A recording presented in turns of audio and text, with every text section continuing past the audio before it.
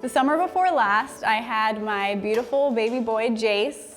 He came out large and ready to take on the world. The midwife called him vigorous. He was just excited and ready to do everything. He took to nursing really well. He was sleeping well. Everything was going smoothly, surprisingly smoothly, actually. But I started to notice each time he would nurse that I would get this feeling, a little bit subtle feeling of sadness or loneliness. And it was weird because nothing seemed to be triggering it. There was nothing happening around me that was would be causing it. And over time, I just kept, it seems like it's always happening while I'm nursing, but I don't know why that would happen. I talked to my husband.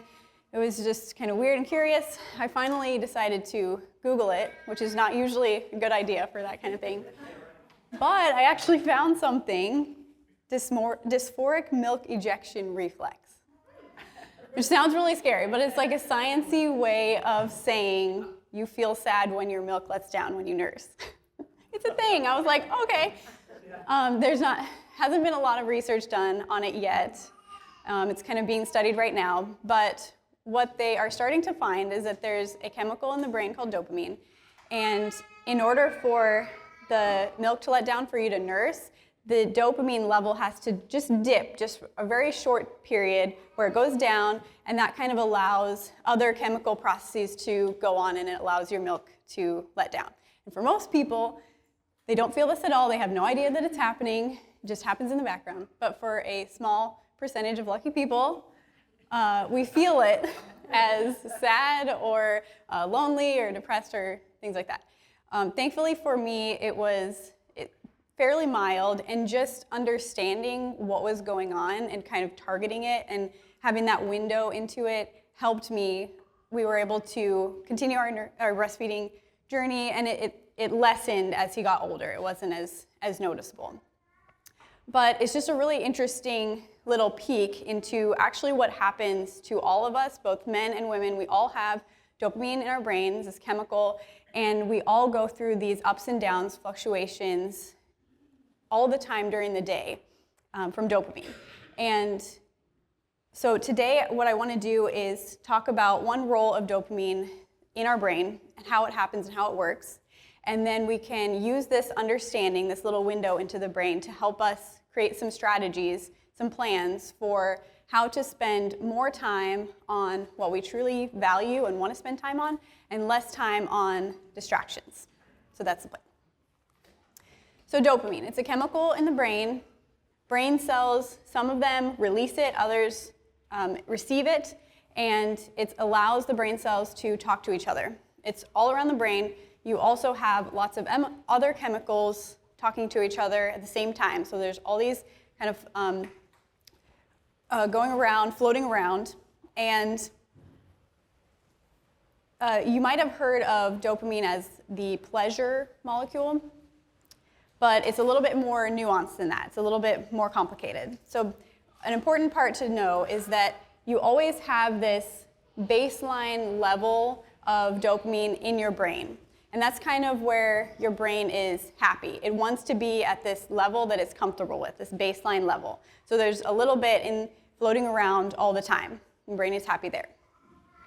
And then when something comes into your environment, like you go to work and someone brings in donuts unexpectedly, and you're like, ooh, donuts.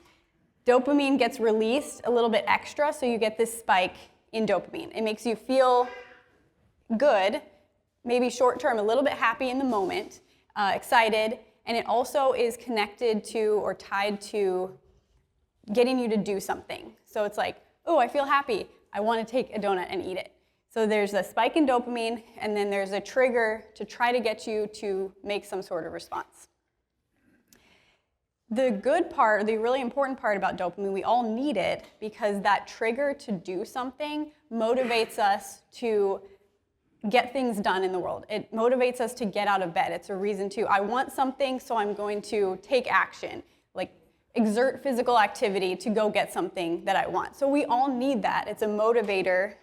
It can be really good. You know, you're willing to put in hard work to get something in the end. That part is good. We all need it. When you have that spike right after, it's very short, you might feel good, you take a few bites, and then because your brain wants to get back to that baseline, you have a dip below the baseline level before it comes to baseline again. So for the donut, you feel happy, you get the donut, you start eating it, and then you may feel, if you're aware of it, a little bit of a letdown, like, like that was nice, that was good, but now I kind of feel like blah again. Or you might feel like a little bit bored or uncomfortable. You also might not notice the dip below if it's kind of like a subtle thing. I think we can tune into it once we know that this is happening and kind of understand it a little bit better, but you might not notice it at first. So this is like if you're sitting on the couch and you have a bag of chips and you're eating it, you might not notice the dopamine fluctuations of up, down. What you will notice is that after you've been sitting there for a while, the chips are all gone. So you did have those ups and downs, and what it did is it just triggered you to just keep grabbing. Even if you didn't notice what was going on emotionally in your body, you notice that for some reason there's this trigger that I just keep grabbing the chips. So this up and down, when you have a dip in dopamine, then your brain is saying, hey, let's do whatever that thing is that gave me the spike again. So maybe I could have another donut because the first one made me feel good, that kind of thing. So there's this up and down, up and down. The down part could feel different for different people. Either you don't really notice it in your emotions, or it can feel, just sad or bored or just kind of a blah feeling. So like I said, it's an important thing. We need this dopamine to motivate us to do things and get things, put in physical exertion for things. But the problem is, in today's world, what we're living in now, there is things that trigger dopamine release everywhere, and it's way too easy to get. So historically, it's been like, you got these dopamine spikes every once in a while, and this was good. It was keeping you going, keeping you moving throughout the day, getting you up out of bed. Now, anytime we start to feel any uncomfortable emotion, even boredom or a little bit of mild anxiety, fear, awkwardness, any of those things, it's so easy. We carry around something that triggers a pretty significant dopamine release. So that means as you start to feel like, I'm a little bit, okay, wee, and you get the spike. And this sort of an automatic reflex. Obviously, none of us really know, we didn't know that we were doing this, but because we have things all around us all the time, you naturally gravitate to those things because they make you, in the short term, feel a little bit better, or at least distracts you from the negative, the uncomfortable feelings that are happening. And as you start to reach for these distractions, the other problem is, in the past, a lot of these dopamine triggering activities had some source of social negative pressure against them. So drinking too much or doing drugs, those things usually, you felt bad or you felt like that was not okay to do. These new things, there's a social pressure to do them. You feel like you should be connected at all times with your phone. There's not really any negatives about binge watching TV. It's kind of celebrated, playing video games for a long time. Those things are not really that negative anymore, so we also don't have that social kind of, you shouldn't be doing these things. It's more like, oh yeah, this is normal, this is natural. Proverbs 27:20, the eyes of man are never satisfied. I think this is so interesting because it's almost describing this dopamine circuit. So the problem with dopamine is all it is a motivator. It's never telling you, this is enough, I'm satisfied. It's always only going to be saying more, do it again, that was good, let's do some more. That's the only purpose of dopamine is to get you to do things. It feels a little bit good in the moment so that you'll do that thing again. So as it's motivating you to repeat these actions that feel good in the short term, what ends up happening is your brain gets used to higher and higher levels of dopamine. You're telling it, I get so much dopamine release from all these external factors the brain, because it always wants to get back to this baseline and it's always trying to kind of reset, what it does is it swings the balance so that you're giving, all these external things are giving you the pleasure feelings. So the brain swings to, okay, I'm gonna make you more sensitive to pain and more susceptible to pain, because it's actually trying to get back to this baseline level. So you're pushing on the pleasure side. So the brain says, whoa, I have to readjust. And it makes you more sensitive to pain physically and emotionally. So that's a little bit scary. But the cool thing is, if we understand that this is happening, then that means we can take back control. But how do we do this?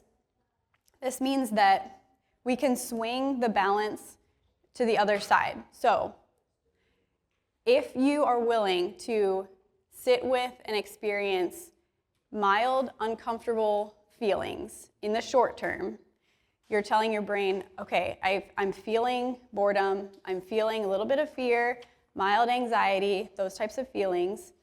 And later we're going to talk about strategies for how to do this. If you're willing to put in that short-term discomfort, your brain will swing back, bounce back, and say, oh, now I need to adjust, which means I'm going to raise other brain chemicals like serotonin, endorphins, oxytocin, and I'm going to swing back the balance to be less sensitive to pain and boost those other good feeling chemicals. So serotonin, for example, that's where you're going to get the long-term happiness, satisfaction, contentment. Dopamine's never going to give you that, but other brain chemicals, if you don't allow the dopamine to be so high, then you allow these other brain chemicals to flourish, and you can feel these true good feelings with satisfaction and not have to be on this cycle over and over and over again. If you have extremely high levels of dopamine, that suppresses those other chemicals. So you don't allow yourself to get to this long-term happiness. You're actually, over the long term, getting more in pain and less happy with these high dopamine levels. James 1, verse 2 and 3, consider it nothing but joy when you fall into all sorts of trials, because you know that the testing of your faith produces endurance. We heard this on Saturday, I believe, as well. We know that our goal in life is not to pursue pleasure and happiness. We know that we have a higher calling, which is to become children of God, to become more like God. And what this means is we can't allow today's culture and the options of having short-term pleasure get in the way of these long-term goals. But the really amazing, cool thing is that God created our brains to function optimally in this mindset, which is, I'm not going to pursue short-term pleasure all the time, every time. I'm going to allow myself to experience uncomfortable emotions, and we know that we're going to go through trials in this life, but God created our brains so that if you're willing to experience those things and turn to Him, instead of turn to distractions and trying to escape, if you experience them and you turn to Him and His ways when you're going through these uncomfortable things, He created the brain so that it will actually boost and help you become more at peace, more content in the long term.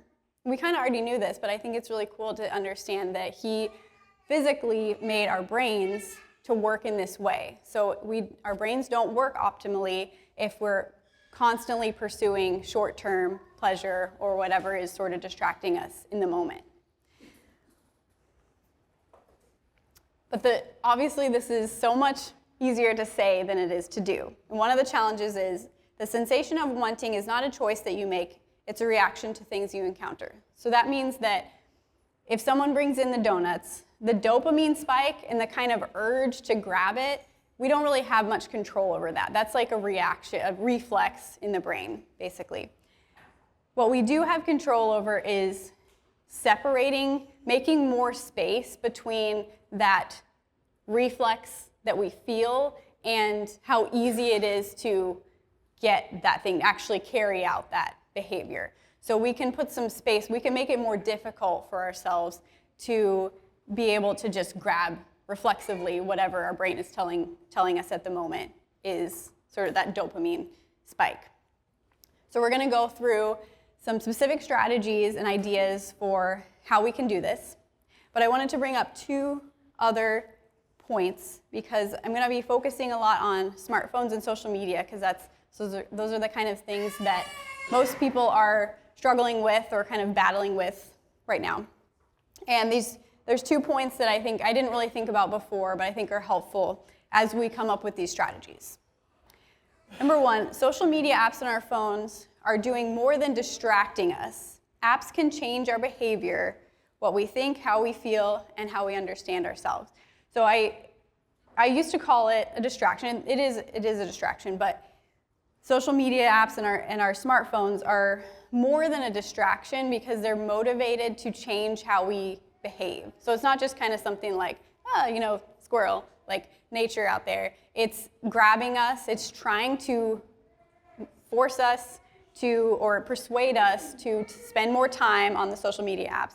And also, as we do spend more time, then because the content that we look at is curated by algorithms, it can change over time how we think about ourselves, how we think about other people, what we think is going on in the world, all those things. So it's a little bit more than just a distraction. I think that can help as we try to plan the strategies for how we can change our behavior. Number two, social media isn't a tool that's just waiting to be used. It has its own goals. It has its own means of pursuing them by using your psychology against you.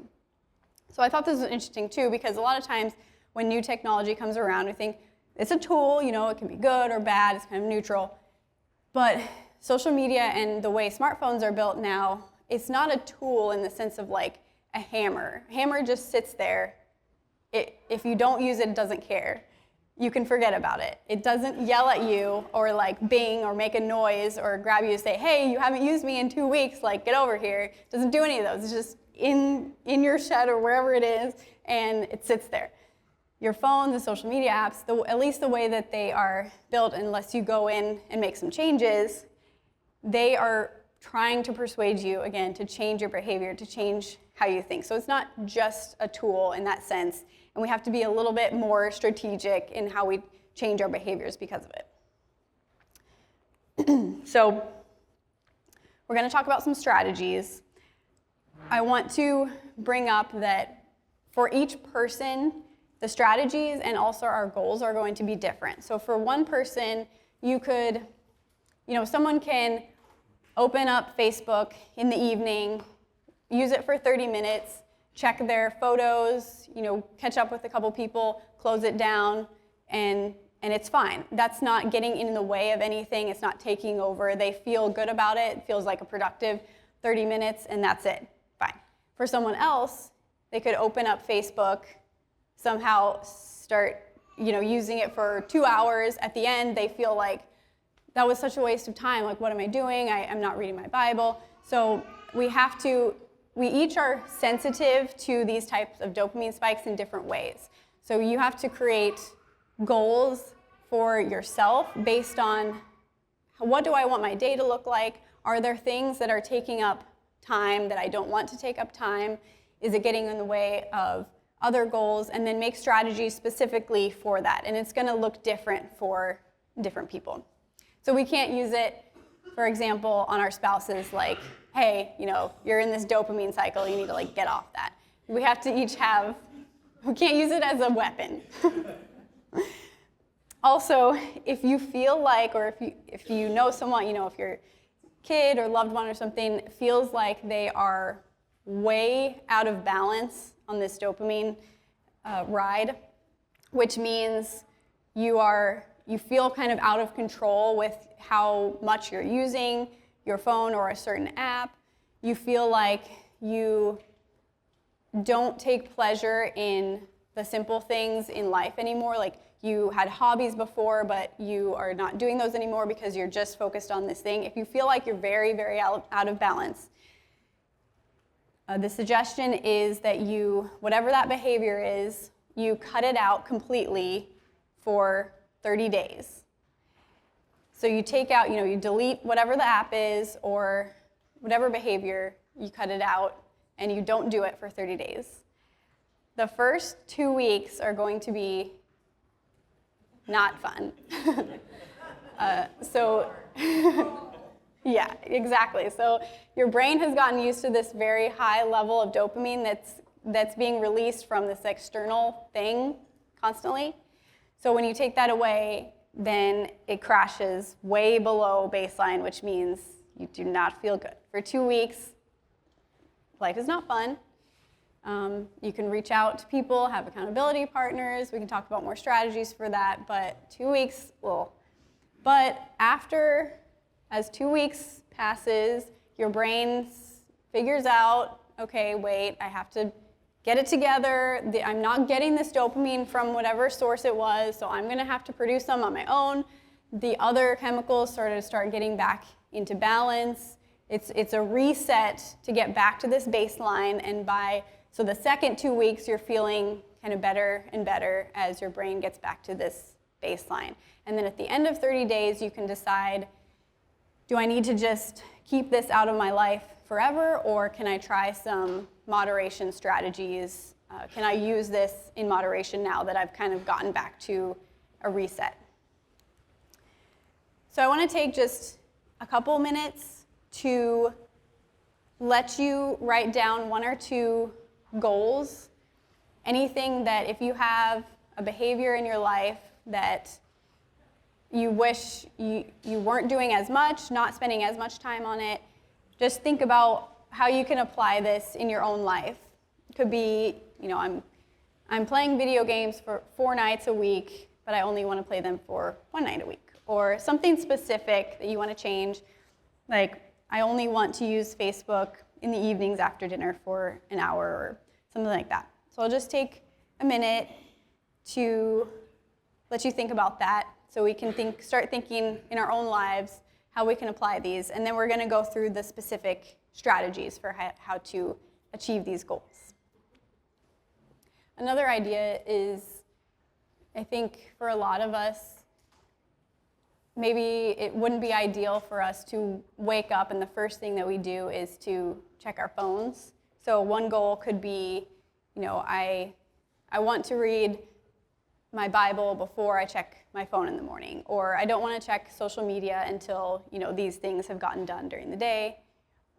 Those types of ideas, so that you can just kind of optimize your routine and make sure that you're prioritizing the things that you want to prioritize.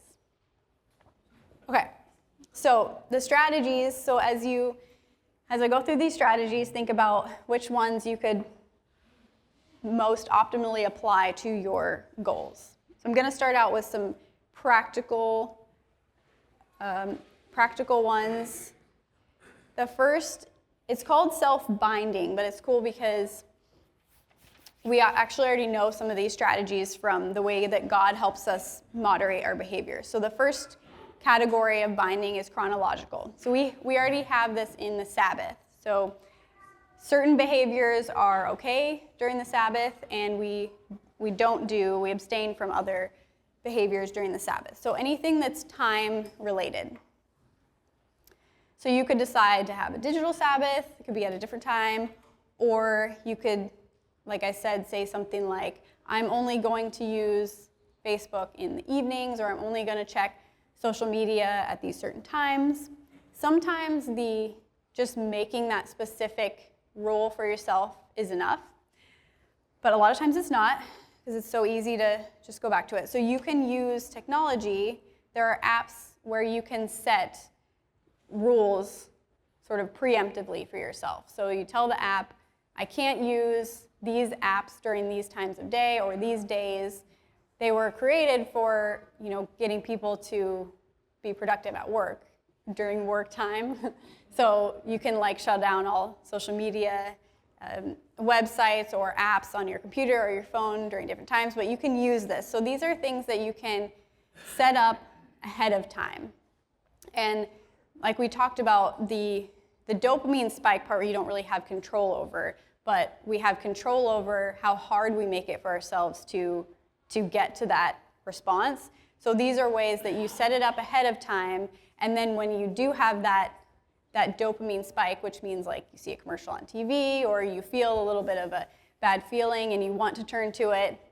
Too bad, you've already set up your rule.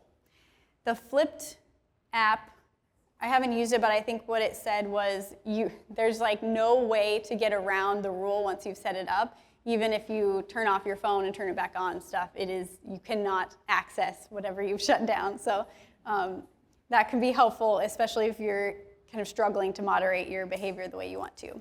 And the iPhone has these focus options now that you can set up. So like I have a bedtime one that says your bedtime is in 30 minutes, and then it like shuts down all notifications. But you can do it at other times as well. So they have, during work hours or during the day or certain days, you can just say turn off notifications or create other kind of ways to change how your phone functions during those times.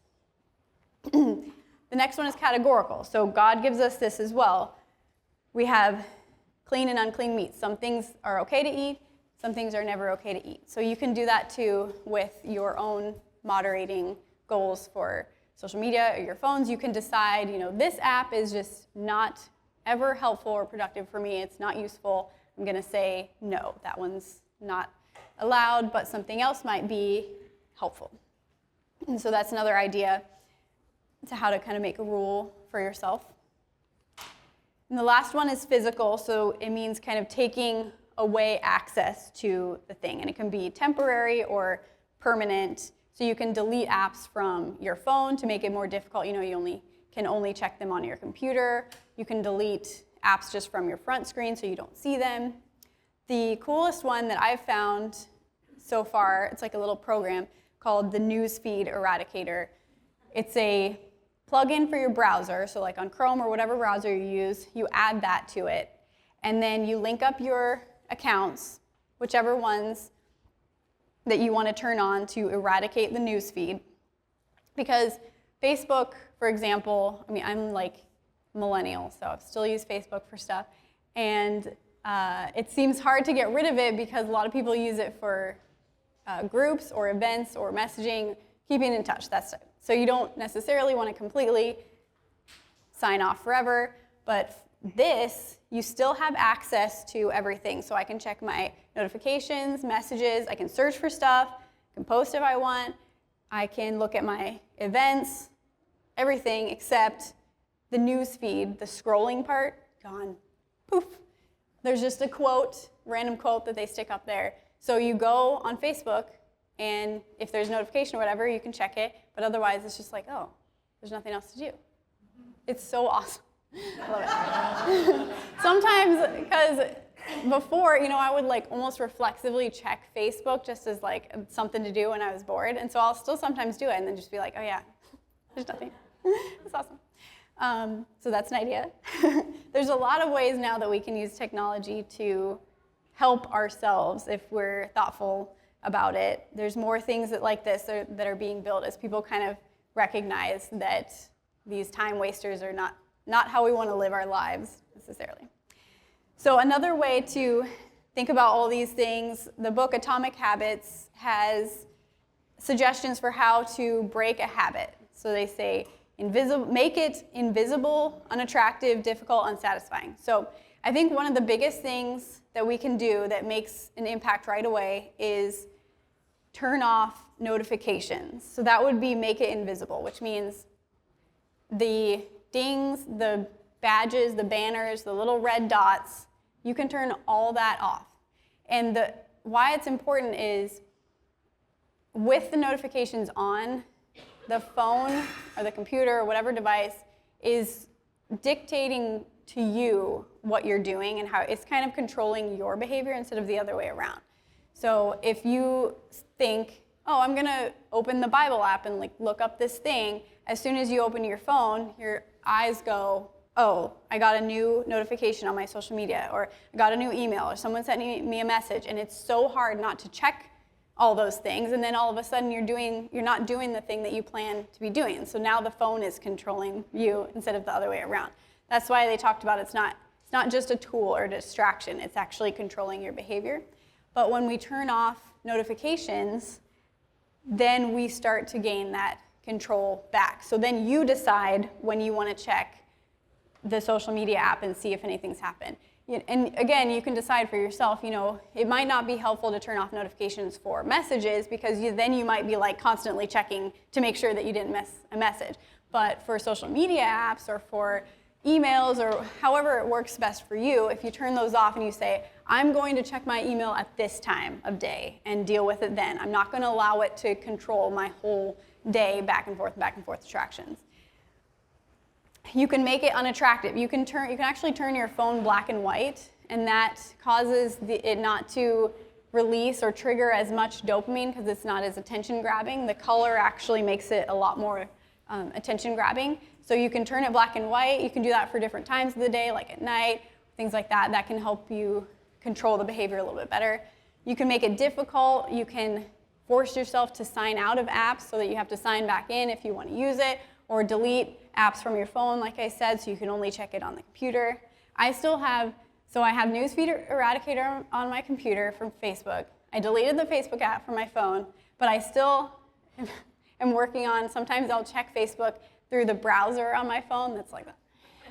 But the browser version of Facebook is really glitchy, so it'll have like the photos sometimes won't load correctly, or like it'll just randomly say like, sorry, not available, like error or stuff. But I'm like, yes, thankfully, like make it as annoying as possible. Like that's helping me. I want it to be like really glitchy and annoying so that I spend less time on it. So I'm like, thank you, just don't ever update the browser version of Facebook for me. Unsatisfying, you can have an accountability partner so that you have to tell someone if you're using things differently than you planned, so that can make it unsatisfying. You can also, I think we can tune into the feelings that we get when we do use these things too much over and over, that it doesn't feel good over time, and we can kind of clue in on this and make those things a little bit less unsatisfying that way as well.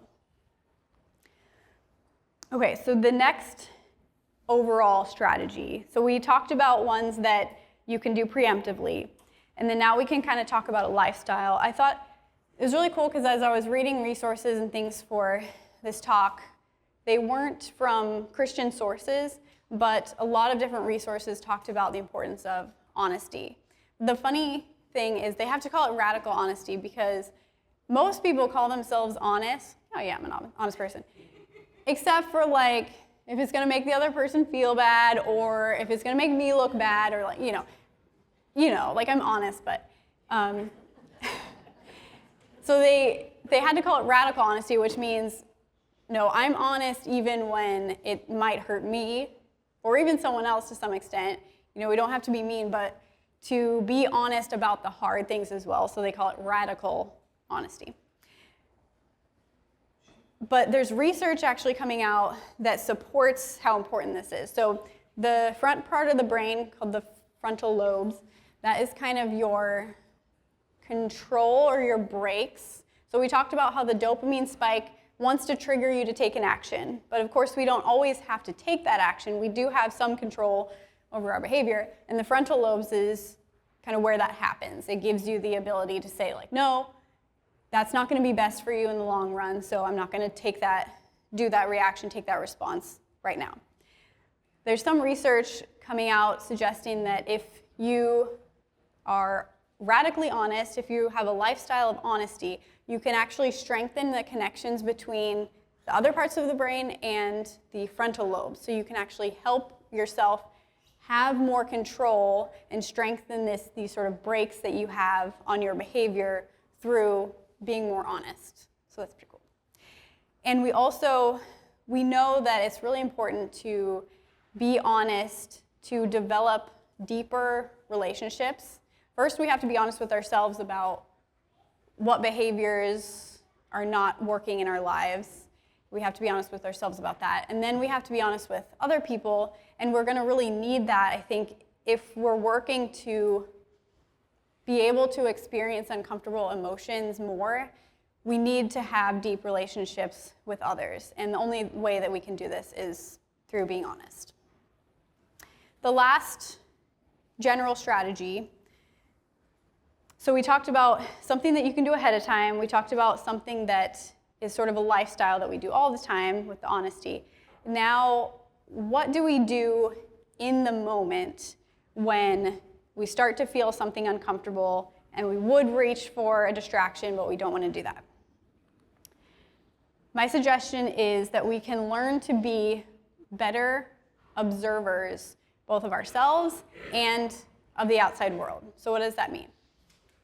A lot of times when, especially if we've kind of gotten into this habit where we just grab our phone whenever we feel bored or uncomfortable or anxious, a lot of times we actually don't even take the time to recognize what the emotion, like what we're feeling or what's causing it. So the first thing that we can do is take a moment to figure out what's going on.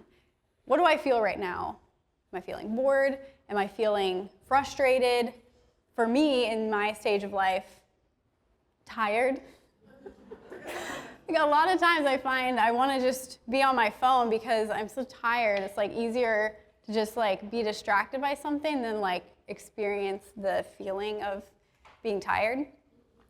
But sometimes if you figure out what's going on, that actually just doing that in itself can help. Like how I figured out with the milk letdown feeling, just knowing what was going on helps you experience it and go through it a little bit better.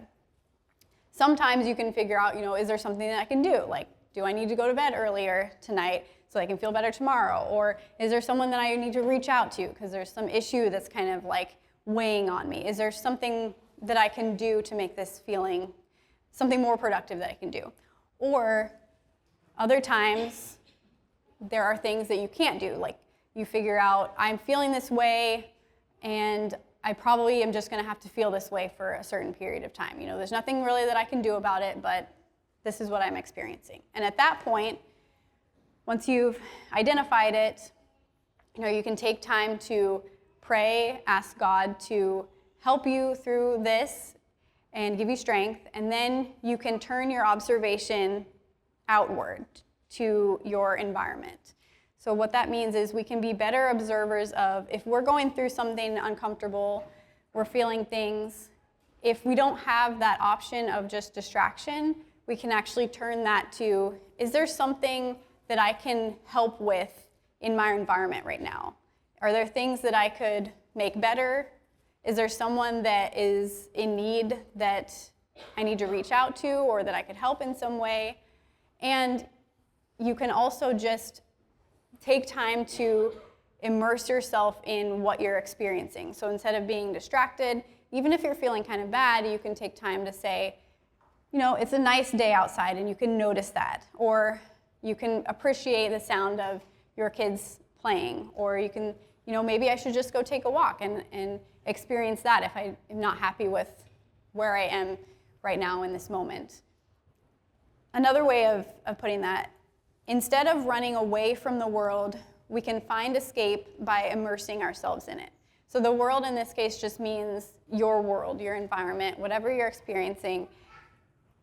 If we say no to the constant distractions, then we can turn ourselves to just experiencing life a little bit more fully, helping others, turning our mind to some of those things. This is a really tough thing to do, and it takes a little bit of faith because it doesn't happen right away. Like for us as adults, our brains don't change that quickly.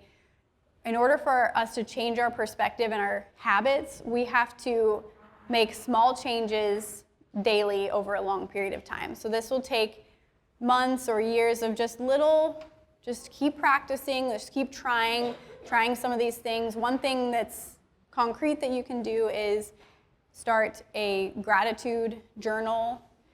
So you kind of force yourself to find 3 things that you're thankful for every day. It's these little things over time that sort of train your brain to focus more on what I can be thankful for, what things I can be helpful with, what things I can do, and just more aware of what are the things that are kind of making me feel bad, triggered, overstimulated, and what things are helping me, what productive things are helping me feel better. My hobbies, spending time with family, spending time in nature, those things. So it is difficult. All this stuff is not going to be easy. and you kind of have to have a little bit of faith that it will improve over time. Okay, so I want to take a little bit of time to talk about kids and teens, and then we'll have some time for processing and questions at the end.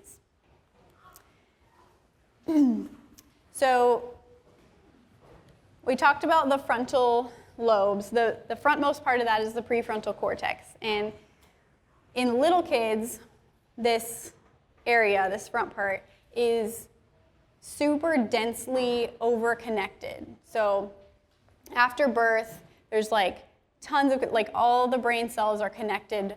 There's billions of connections between all the brain cells and each other. And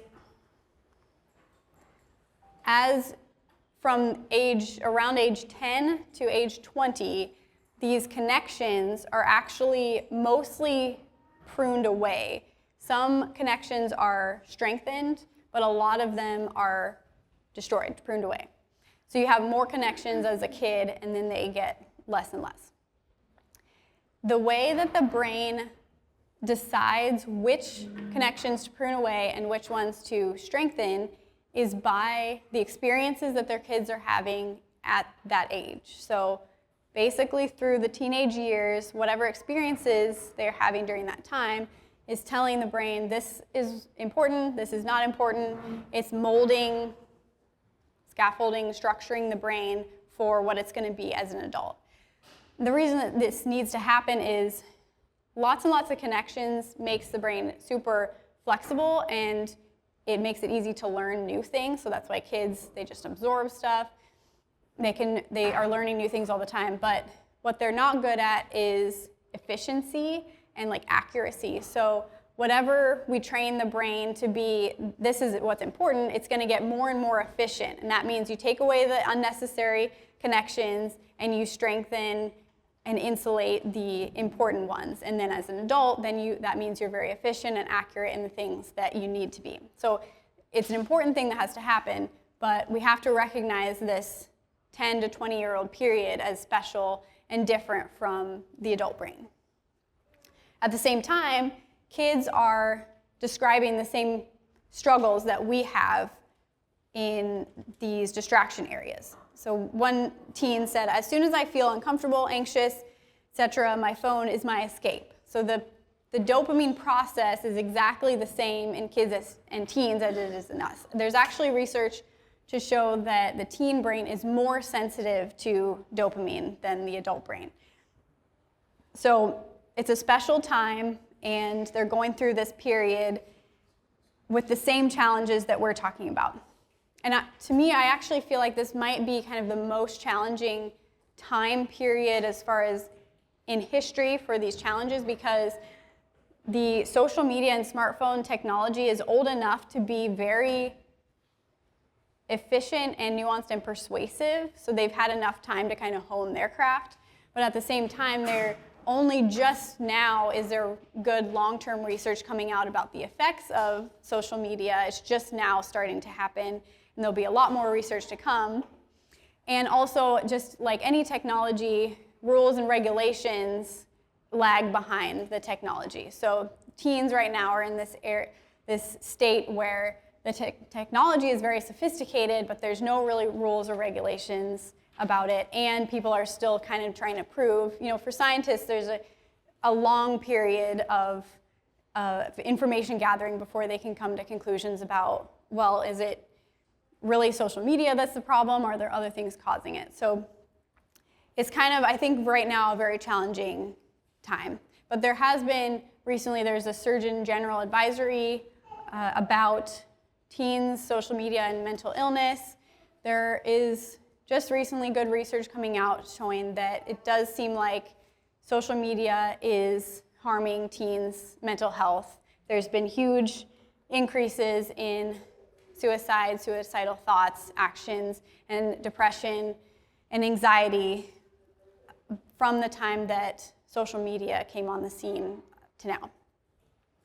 So, yes, now we have to have some positive strategies and ideas for how to deal with this. So I have a couple ideas. My kids are 4.5 and 1.5, so I'm not in the teen space yet.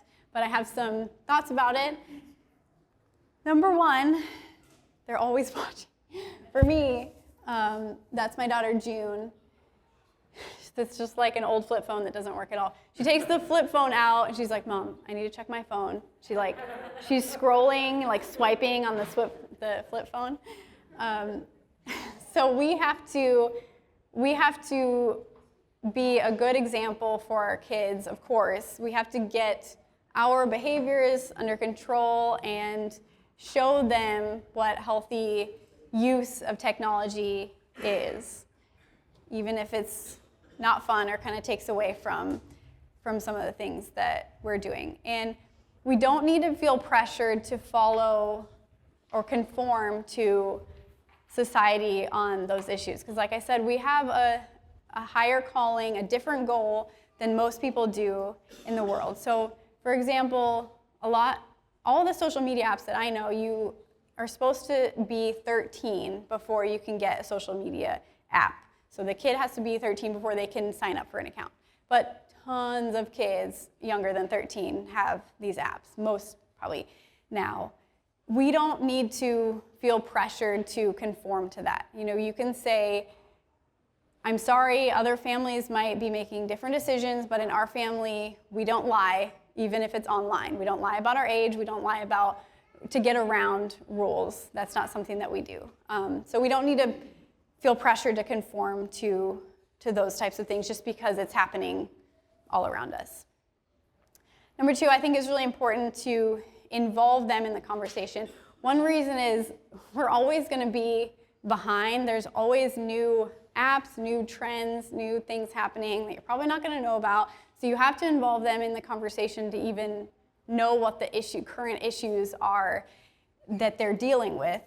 And I think also you can explain to them the why. They can understand about their brain, they can understand a little bit about dopamine, and they can understand that our goals, you can say, my job, I love you, and my job is to help you through your child and teen years to become the best person that you can be. And your brain is in this special period right now, and it's really important what things you spend your time on right now. And it's kind of forming who you are going to be and what your brain is going to be like as an adult. So we have to think about the best ways to spend time on that, and then talk to them, say, what are the things that are important to you? And of course, being socially connected to other kids is important. So you can talk with them about what can we do to still allow you to be connected, but not go down this kind of negative path. And one idea is, I know there's a Discord app, and a lot of church kids can get on that. So you can have a shared device in the living room where kids or teens could get on Discord and chat with other church teens. You don't have to have social media to be connected to other kids and teens.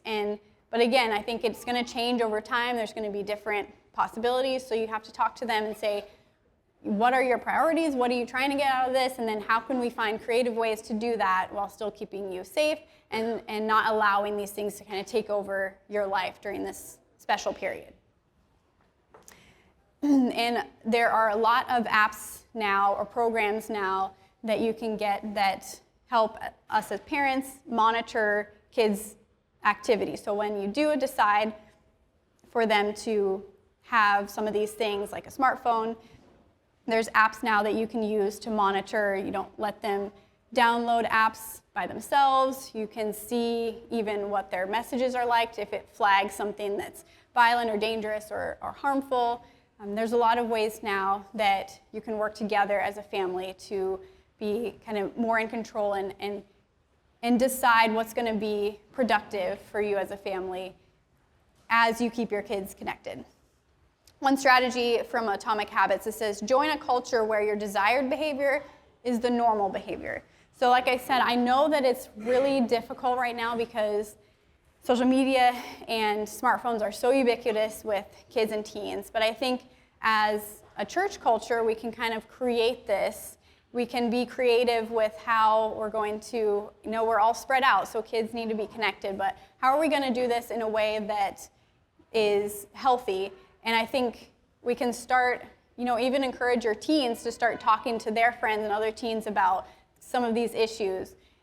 We're going to have a digital Sabbath on this day, so I won't be around to chat. Or, I took some of these steps to moderate my behavior because I was noticing an effect on my mental health. Or here's a way that we can all connect, but that's not tied to a social media app. So I think we can, as a church, kind of create this culture to make it easier for ourselves so that we don't feel like we're fighting against the world so much in this way. But there is also groups in the world that are recognizing these issues, and it's coming more and more. So there's one group called Wait Until 8th that's a group of parents that have pledged not to get their kids a smartphone until 8th grade.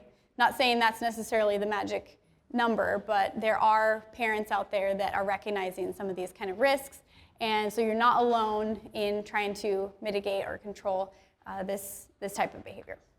And I can't not talk about sleep with kids and teens, being a neuroscientist. There are a few activities, especially in kids and teens, but actually for all ages, that are really important. Physical activity, face-to-face communication, sleep, exposure to nature, and I would also argue boredom. I'll say it again. Face-to-face communication, physical activities, exposure to nature, sleep, and boredom. Those are things like you can talk to your kids and say, your brain, your body needs these things to develop the best that you can be, and usually social media, smartphones, devices are going to interfere with, take away from the time doing these things.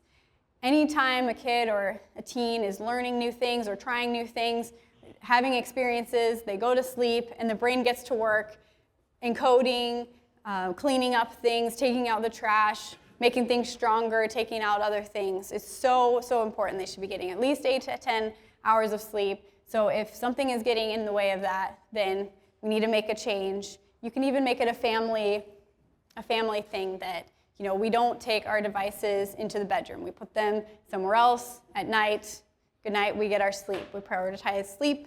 And boredom is also really important. It allows us to be more creative and have insights and different thoughts than we have if we're just consuming information all the time. I always have my best ideas when I'm driving. I'm just stuck there. All I can do is either listen to the radio or just my thoughts. And then new ideas come that I don't have at other times. So it's really helpful and important for kids to have time to be bored, and it's really cool to see what they come up with when, sometimes I feel bad because with June I have to say, I need to be working on this thing right now, and she's like, what am I gonna do? And she's so sad, and I feel bad, but then 8 minutes later, she's off creating or playing with something that she wouldn't have done if I had given her a show or my phone to look at or something like that. And it's so awesome to see what they come up with. They have to go through a little period of but then after that, they're like, oh, this is fun, I'm fine.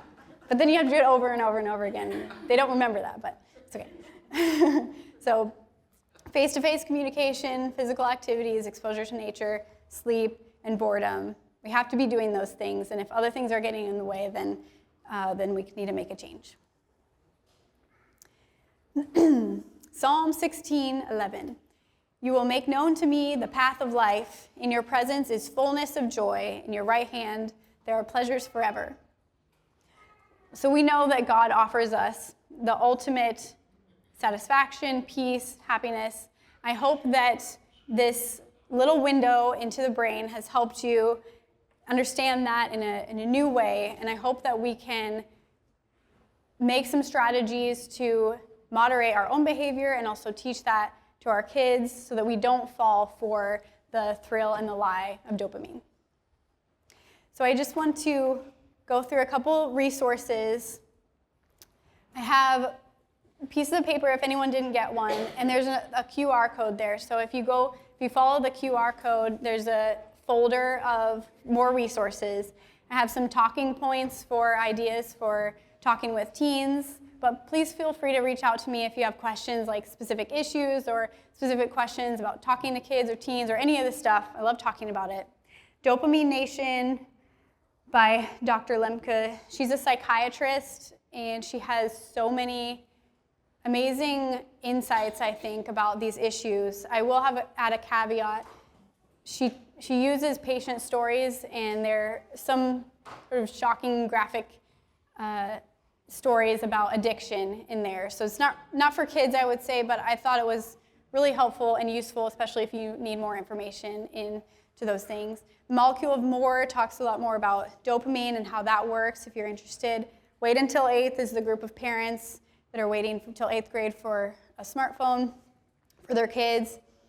The Center for Humane Technology, founded by a guy who worked for Google, but then left because he didn't like some of the practices that they were using for their algorithms and trying to persuade people to grab attention and use it more and more and more. There's so many awesome resources for families, kids, teens, infographics, podcasts, just a lot of resources on this issue. That's where I found the Newsfeed Eradicator. So if you want to take some time to just make any more notes about your goals, strategies, thoughts about your family, your kids, this would be a good time. And I would love if you guys have any questions for me. I can take them at this time. Thank you.